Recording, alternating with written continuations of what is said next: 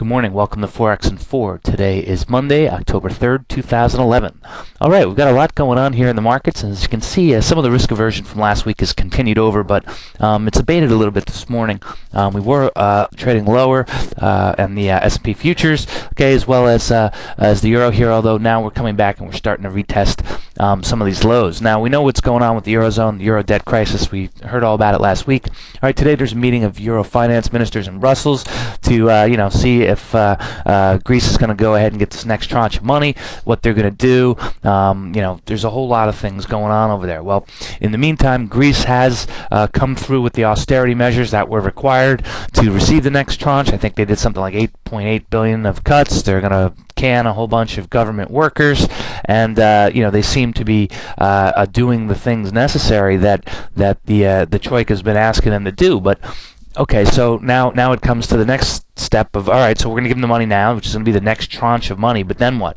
What do we do from there? And they still don't have a solution for this. They still don't know what's going on, so it's going to be a difficult situation. But we've got a lot of news on the docket this week, and there's various things that are taking place from a fundamental perspective. Last week we sort of got a little bit of a respite. There was really nothing happening last week, but this week there's a lot more news that's due out that's really going to give us a better opinion of where the global economy is. So I'm just going to do a quick rundown of it, and we're going to take a look at some of these things.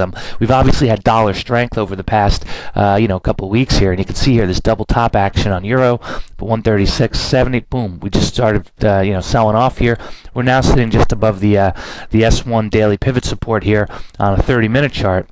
All right, you can see that we retested that 133 area. Now, euro hasn't been this low in, some time here. Let's go back to the daily charts. I think that we need to see this. It hasn't been this low since the beginning of the year.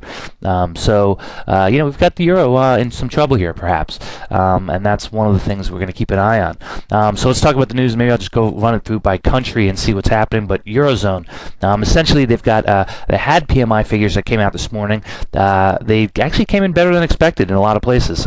That's not to say that things are great and rosy over there, but maybe perhaps the expectations were so low based on the declining global economy and confidence figures that maybe they thought manufacturing was going to be lower, but actually manufacturing was pretty decent. Eurozone PMI figures beat expectations this morning. All right, and then we also have PPI numbers coming out tomorrow. That's going to be important to see where they are in terms of inflation. All right, then we get more PMI figures on Wednesday. This is services and the composite. And then lastly, the big news is going to be on Thursday, all right, where we get the ECB interest rate decision. Now, there's some speculation that they're going to perhaps lower interest rates in the ECB, but I think we've been seeing a lot of inflation figures starting to pick up. So perhaps they're thinking that maybe not tinkering with the interest rate is the way to go, but perhaps doing something like covered bond purchases or something more in the terms of quantitative easing. So there's going to be a lot of discussions going on. And between the ECB rate decision on Thursday, the EU finance ministers meeting today, all right, there's going to be a lot of discussions going on about what they're going to do, how they're going to leverage. Are they going to leverage the EFSF, the expansion of the emergency fund, the bailout fund? What are they going to do with Greece? All right, maybe do we give them this tranche of money? Then what next time? What's going to happen there? So there's a lot of different things happening, but right now the market believes that what they've done up to this point is not sufficient and unsustainable. So we're going to have to keep an eye on that. Just want to flip notes over here to Australia. All right, you can see Aussie selling off as well. Same deal, dollar strength. Okay, Aussie euro pretty highly correlated. The real news for this week is going to be tomorrow's rate decision by the RBA in Australia. All right, now they've come out and they've said, listen, we're prepared to move either way on rates. So I think they're probably going to stay steady, but maybe keep a little bit of a dovish tone going here. Because they don't want to get in a situation where all of a sudden they have to start lowering rates if they get some sort of massive deflation that goes on, because maybe there's a global route going on as far as economies go. Now, China, they've seen their PMI figures start to decline, and they're almost, I don't want to call it stagnating, but they're not growing, they're not really declining, they're just sort of sitting there, and that's going to affect Australia. But you can see here, all right, we are at just about year lows for the Aussie as well. So, that's another interesting story. Now let's move to the pound. All right, the pound. Guess what? They've got their interest rate decision on Thursday as well. All right, now people are thinking they're not going to do anything on rates either, but perhaps they're going to add to the quantitative easing and maybe increase the bond purchases by maybe 50 billion or 100 billion. One of the board members, Adam Posen, has been calling for this is about the last 2 years. He's been trying to get this to happen. But we're seeing that home prices in the UK are starting to decline a little bit. Okay, they had home price figures came in minus 3.5% on Sunday. All right, and they also had, where is it? There's going to be another home price measure coming out tomorrow where they're also expected to see home prices decline. So, the Bank of England may decide that they want to come in and be a little bit more supportive of the economy if the numbers start to weaken a bit. All right, and they're also going to have PMI figures coming out in the UK, or actually they did. They had it coming out earlier this morning, and those came in better than expected as well. Actually, a little bit better than what they're seeing in the Eurozone. So they're expecting 48.5. They got 51.1. That's a much bigger beat than we've seen coming out of the Eurozone. So that's what's going on with the pound here. So, we could see some additional strength happening as all of these, countries start to ease monetary policy in their own regions, all right, to try and jumpstart their stagnating economies. So that's going to be an interesting story because now this is, I think, a time when you got to be concerned about global inflation. If everybody else starts weakening, all right, dollar's going up, but we may see commodities, we may see stocks come down a lot lower if we get continued dollar strength. Just want to show you the Swiss franc here real quick. Let's look at Euro Swissy because it's going to be interesting. Euro Swissy, all right, it's still sitting up above that 120 area, and I guess let's break it down to a shorter time frame chart. Okay, you can see we're still up above this 120 area where the SNB's made the target, but I think that if you see further easing out of the ECB in the way of, say, covered bond purchases or something like that, that it's possible that this pair can still hold above that 120 target. But if the euro starts tanking due to risk aversion in the market because of something going on with the debt crisis, then it may be difficult for them to hold that 120 barrier.